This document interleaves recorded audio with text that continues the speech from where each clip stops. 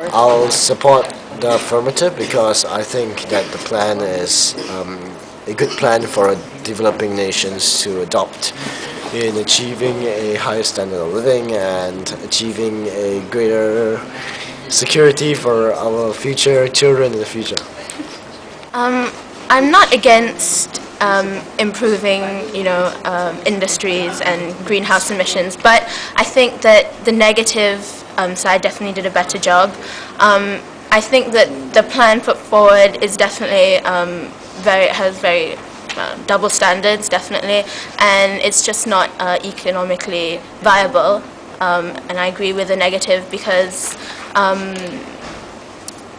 less economically developed countries just don't have the resources to implement this plan at this current moment. I support the affirmative side because I think that the greenhouse and polluting the atmosphere, by having industries and pollute the atmosphere will be a problem for the next century or so. And our problem is to solve the problem that we are having now.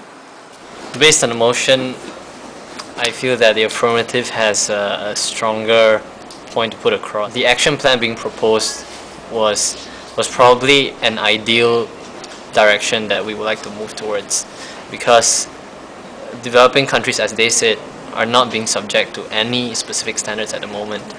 And if we don't subject them to any kind of standard, they're just going to go ahead and make the same mistakes and pollute even more. And considering their massive number, it's going to cause even greater environmental consequences, and that will have socio-economic repercussions in the future as well.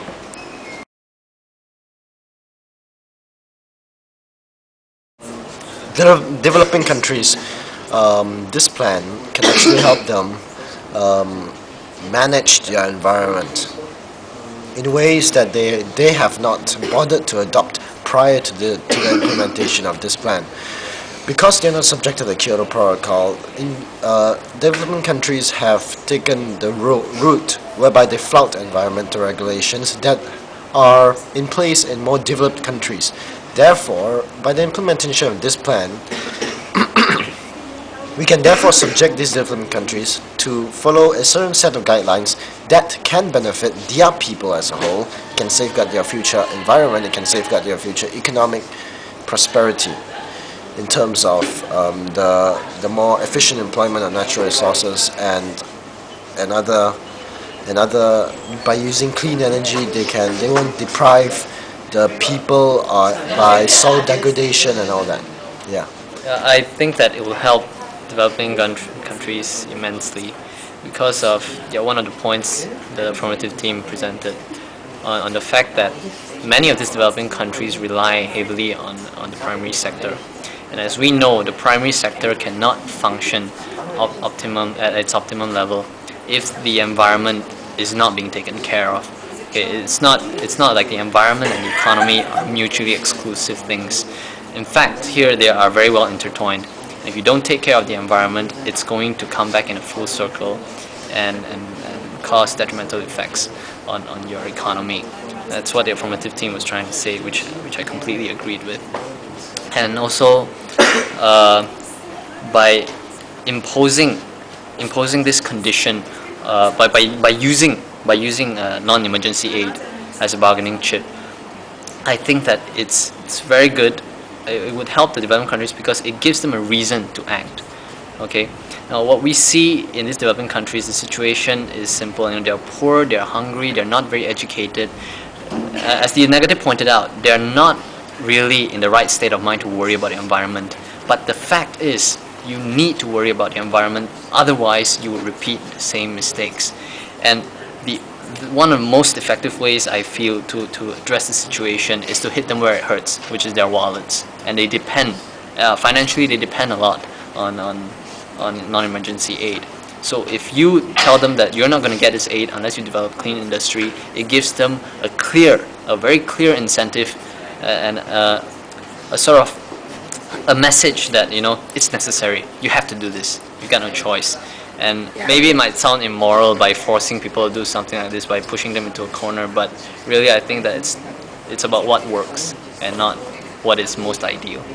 So I think that works. Because it will stop first world countries from exploiting third world countries. Because at the moment we could basically go into third world countries, we can set up factories, we can splurt out as much gas as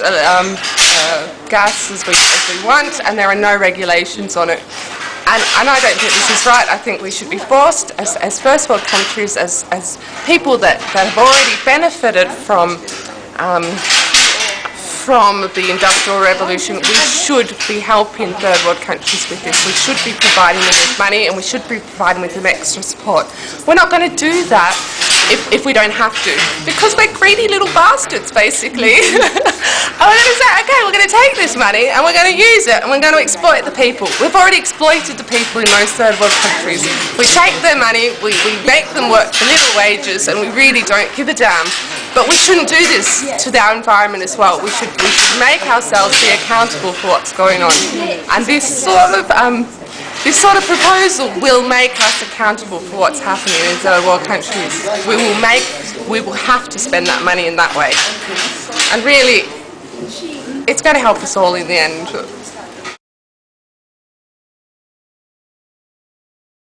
Maybe greater detail on what we mean by the non-emergency aid here. For example, maybe countries that choose to develop clean industry could be given a greater amount of aid. And also, I thought that the efforts of developed countries in helping developing countries should have been elaborated even more, because I think that developed countries need to lend a hand to developing countries. Otherwise, they are economically basically quite incapable of developing it by themselves. Extra conditions to the plan will be that the money doesn't come out of the people that are suffering, that education is not affected, that health is not affected, that they are still given basic rights. So education and health of the people doesn't change, but the money pretty much comes out of first world budgets. Conditions such as we should reform education systems within developing countries. Besides trying to implement clean industries, we can emphasize the importance of clean industries in developing countries. We can emphasize the importance of multinationals going to developing countries and then following regulations set by the local authorities, rather than using the developing countries as a exit route, or as an exit route for cost, and they can minimize cost and they can actually flout and cut corners when it comes to environmental regulations. These companies have to realize that developing countries are not meant to be just that. They are meant to be more. Yeah, they should be respected. Yeah.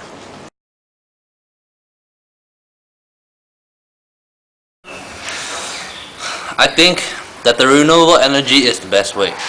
The money that Affirmative proposes to use to develop clean industries in developing countries should instead be used in R&D for efficient renewable energy sources.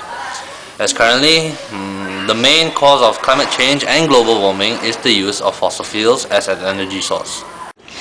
Obviously, the solution is not to withhold aid from less economically developed countries. I think rather than implementing this huge plan that will possibly have a negative effect on these LEDCs, we need to take smaller steps in combating climate change. And these smaller steps include creating awareness amongst the people and these LEDCs. For a start, the first world countries need to stop cutting down trees, exploiting rainforests. We should also start, replanting trees and looking, on a smaller scale, not on such a huge scale, looking directly at, small villages and small towns within these countries.